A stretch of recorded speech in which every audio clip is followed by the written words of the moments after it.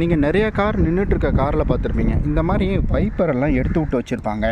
இது ஏன் எடுத்து விட்டு வச்சுருக்காங்கன்னு சொல்லிட்டு என்றைக்காவது நீங்கள் யோசிச்சிருக்கீங்களா?